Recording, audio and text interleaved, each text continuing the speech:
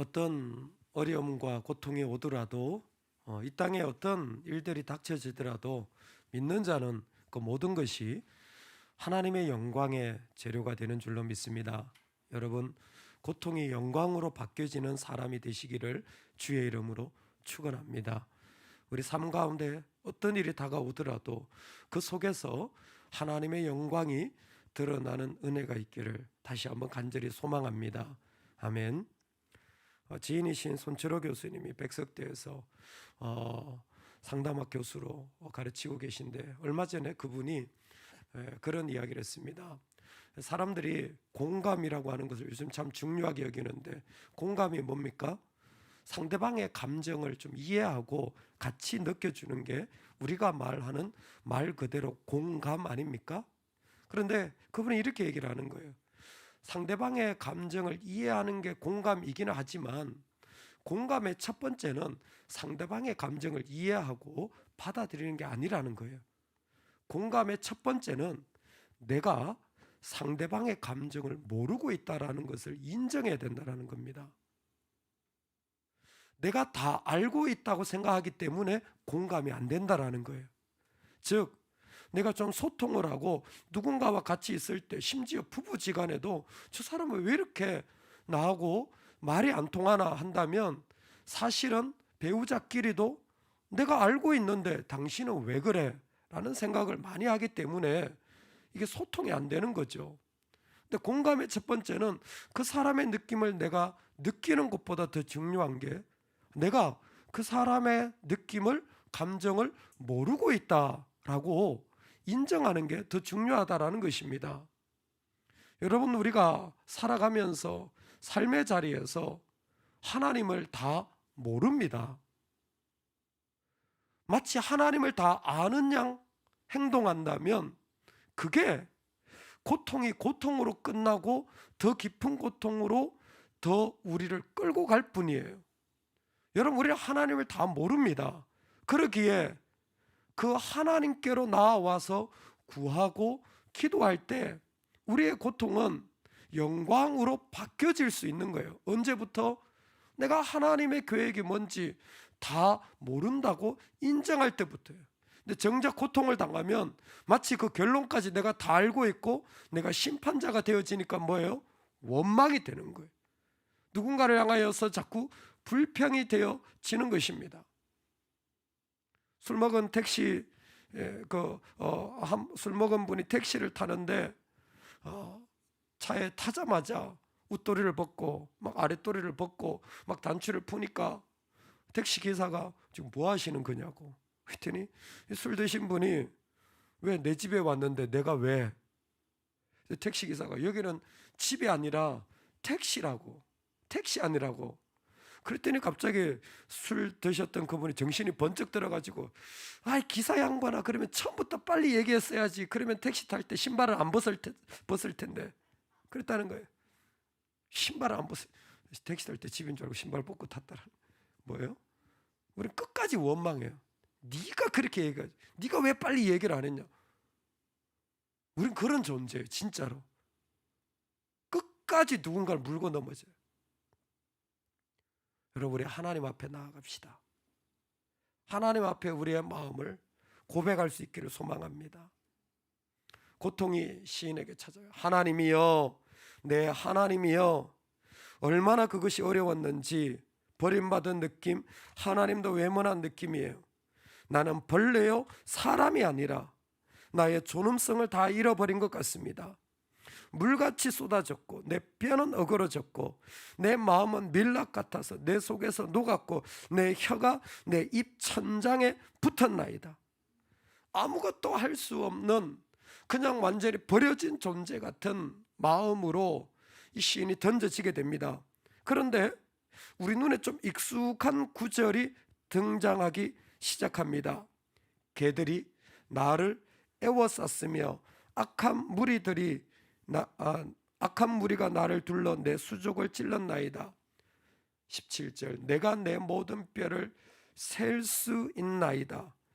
그들이 나를 주목하여 보고 18절, 내 겉옷을 나누며 속옷을 제비 뽑나이다. 아멘. 익숙하죠?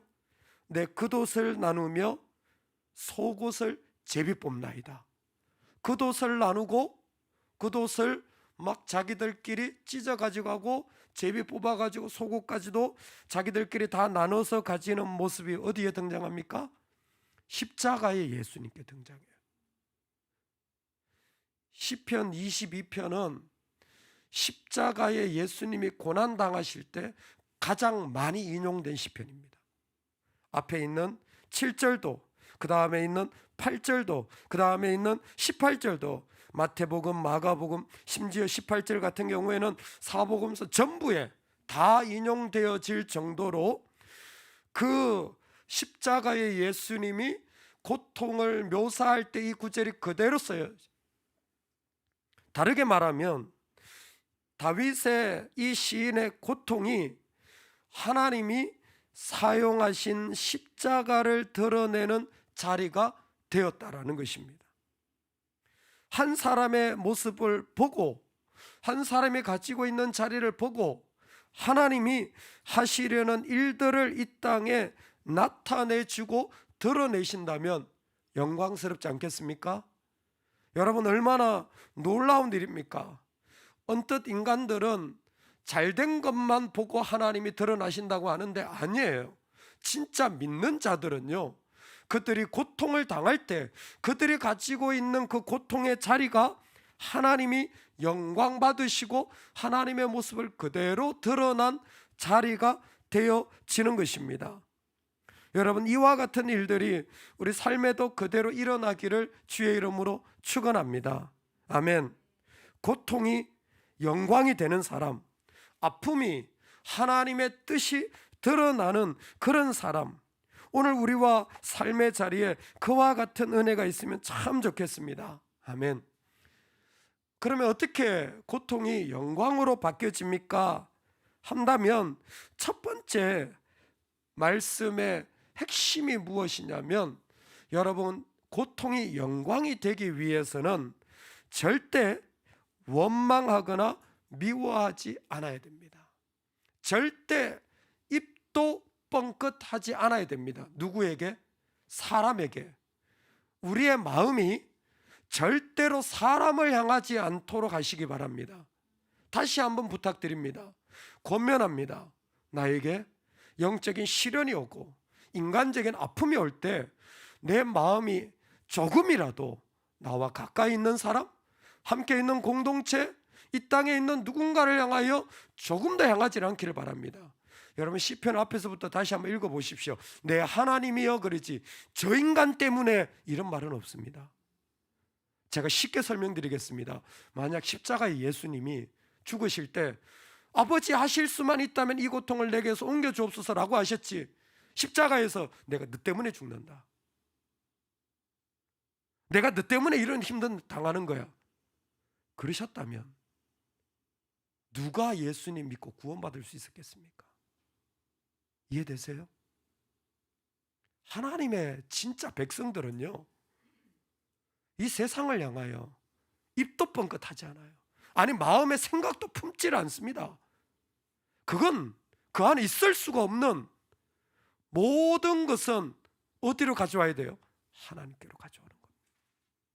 하나님께로 가져오는 겁니다. 그게 하나님의 방식이었어요. 얼마나 힘든데 그것을 당신 때문에 그런 마음을 가지지 않아요. 전부 하나님께로 가지고 오는 거예요. 가정예배를 드리는데 민수기 말씀이었어요. 민수기에서 하나님이 고기를 달라고 하는 그 백성들이 이게 메추라기를 보내줘야지 온 사방에 고기가 가득한데 뭐예요? 그들은 맛도 보지 못해. 왜? 원망이 욕심이 되고 욕심으로 심판받았기 때문에. 여러분, 우리 안에 누군가 내 안에 있는 아픔이 힘듦이 사람을 향하면요, 하나님이 주신 축복 맛도 못 보고 끝납니다. 그래서 신앙생활이 재미없는 거예요. 기쁨이 없는 거예요. 왜? 그 축복을 맛보지 못하니까 무슨 즐거움이 있겠어요? 없어서? 아니요. 다 갖다 놨어요. 자기가 다 쏟아버린 거예요. 자기가 다 없애버린 거예요.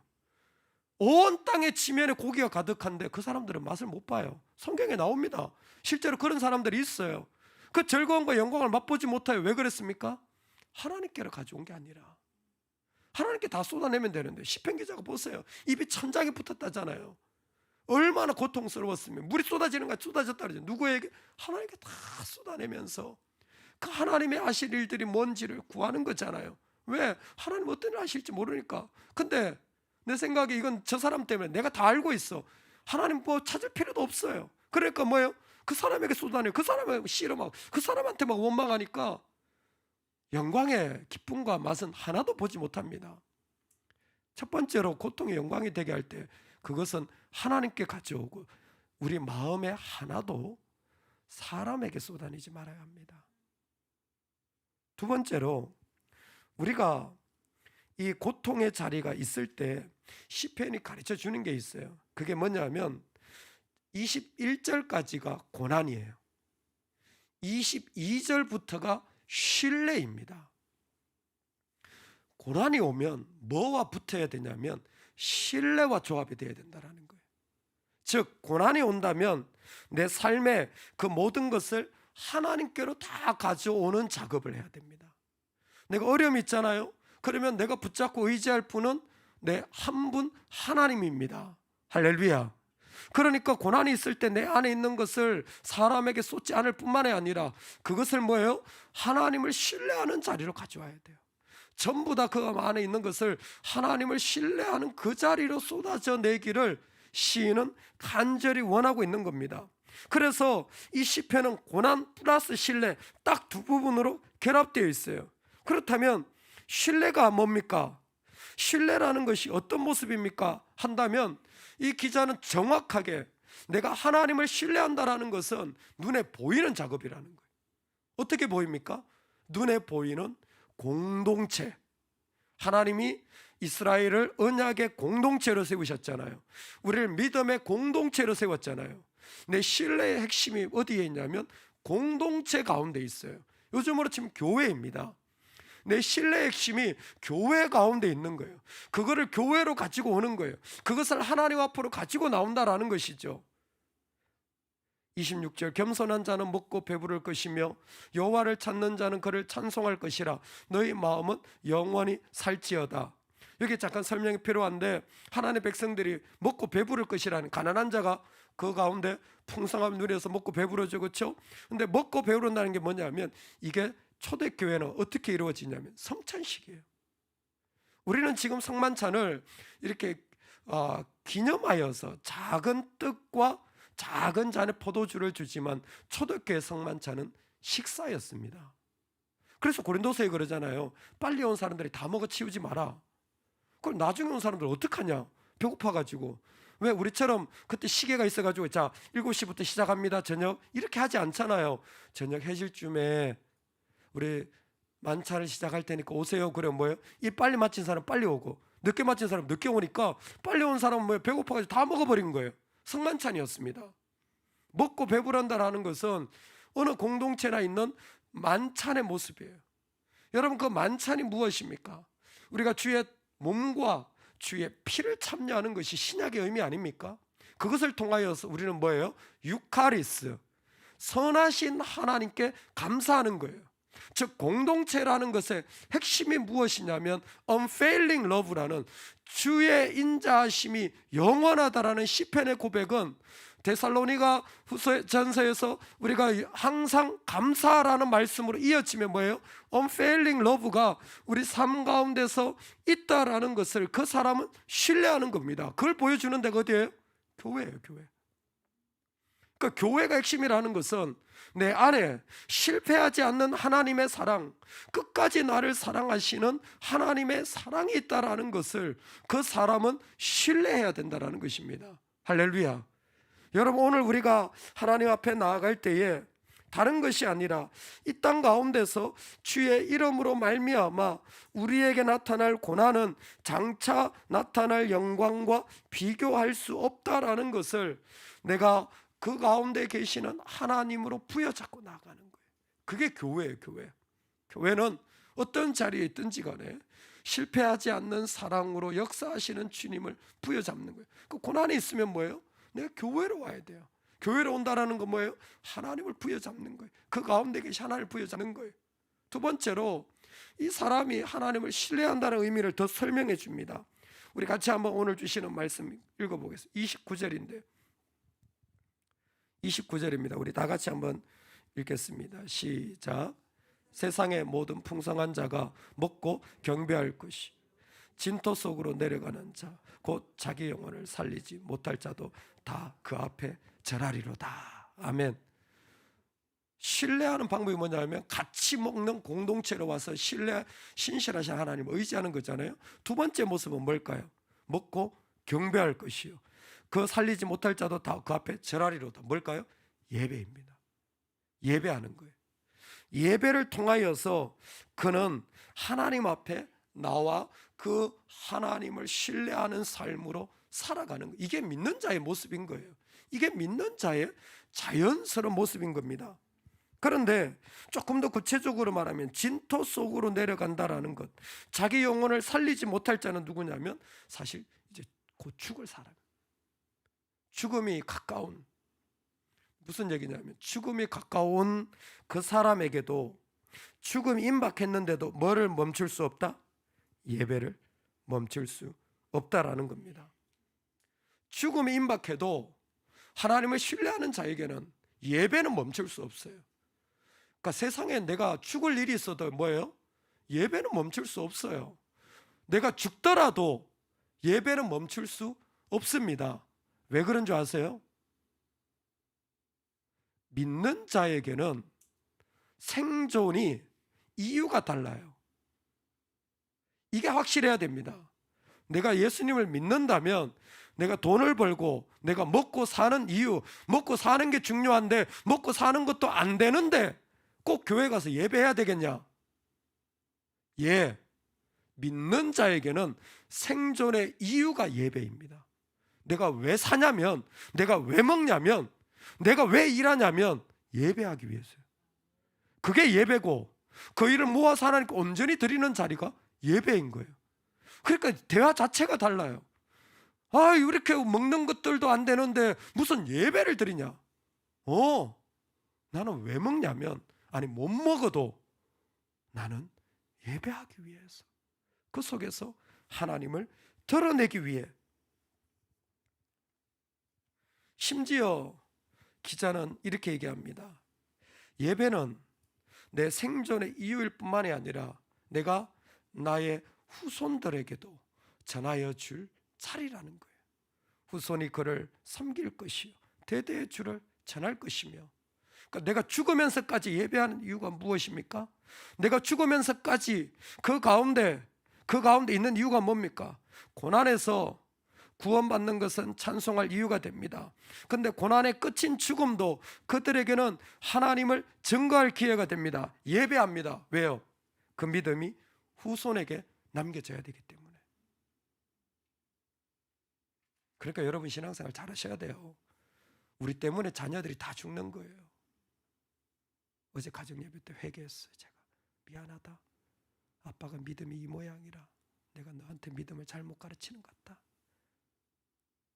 근데 정말 아빠한테 배웠으면, 하나님께 꼭 배웠으면 한 가지가 있는데 내가 잘 못 전해주는 것 같다. 여러분, 내가 죽더라도 그 녀석들은 예배해야 되잖아요. 그 녀석들은 하나님 앞에 서야 되잖아요. 그 우리 책임 아니에요. 시편 기자는 눈을 뜨면서 보고 있는 거예요. 내가 하나님을 신뢰하면서 나갈 이유를 눈으로 보고 있는 거예요. 공동체 안에 하나님 계신데 내 눈으로 보고 있는 거예요. 이 예배가 있는데 이게 내 생존의 이유고, 이것이 바로 이걸 통하여서 내가 죽더라도 남겨져야 될 자리가 여기 있는데, 내가 죽더라도 사라지더라도 그들은 믿음의 자리로 나와야 되는데,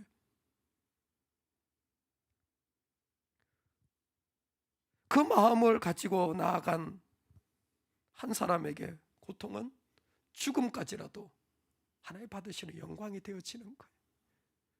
하나님 기쁘게 받으시는 거예요. 그래서 성경은 우리에게 권면합니다. 나의 자녀들아, 너희들은 예수 그리스도와 그가 십자가에 못 박힌 것 외에는 아무것도 알지 않기를 원하노라. 십자가의 예수님을 보여주는 이 시가 우리한테 도전하는 게 뭡니까? 너희들 뭐 그렇게 잘하니? 하나님도 모르면서. 근데 우리가 알아야 될 게 있잖아요. 뭡니까? 예수님. 그리고 나를 위해 죽으신 그 예수님. 그 십자가의 예수님만 알아도, 그거 알기에도 다 부족한 우리의 지혜인데 헐 그렇게 세상의 이야기와 나의 이야기가 너무 커져가지고 삶을 살아가는지 모르겠습니다. 여러분, 우리 안에서 그것들은 다 사라지길 주의 이름으로 축원합니다. 오직 내 안에 나를 위하여 죽으신 주님의 이야기만 흘러나오면 좋겠습니다. 그래서 분명히 고난을 당했는데 그 사람에겐 영광으로 바뀌어지더라. 이 땅이 그것을 보고 주님께 나오면 좋겠어요. 어떻게 해요? 공동체로 나오는 거예요. 함께 우리가 믿음으로 나아가면서 그 가운데 신실하게 그 성만찬을 통해 역사하시는 그 주님을 의지하고 부여잡는 거예요. 실패하지 않는 하나님의 사랑을 끝까지 부여잡읍시다. 내가 왜 사냐고요? 나는 하나님을 신뢰하는 예배를 위하여서, 그 예배가 내가 죽음이 온다고 할지라도 해야 할 마지막 행위이고, 심지어 내가 죽고 나서도 이어져야 할 행위이기 때문에 나는 끝까지 나의 주님께로 나아갑니다. 그 영광의 자리가 오늘 이 땅에 우리 가운데 일어나기를 간절히 축원합니다. 아멘.